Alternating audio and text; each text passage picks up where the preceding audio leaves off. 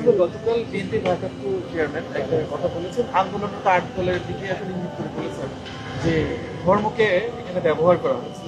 এটার সাথে আপনার একমত কিনা? আর ফেব্রুয়ারি নির্বাচন বলা হচ্ছে যে পিছানোর এক ধরনের শঙ্কা, এরকম কোনো শঙ্কা আপনারা করছেন? আমরা ধর্মকে কখনো ব্যবহার করি নাই, করব না। ধর্ম আমাদের মানে আমাদের চিন্তার অঙ্গ, আমাদের কলিজার অংশ। আমরা ধর্ম নিয়েই কাজ করি, আমরা ধর্মকে ব্যবহার করি না।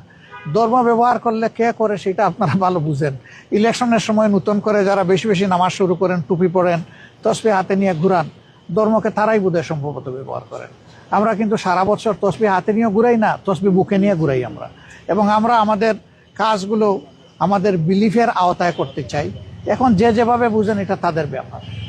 আর আমরা ইলেকশন পিছানোর কোনো সুযোগ আছে মনে করি না, উচিত নয় মনে করি। আমরা মনে করি যে ফেব্রুয়ারির ঘোষিত এই টাইম লাইনের ভিতরে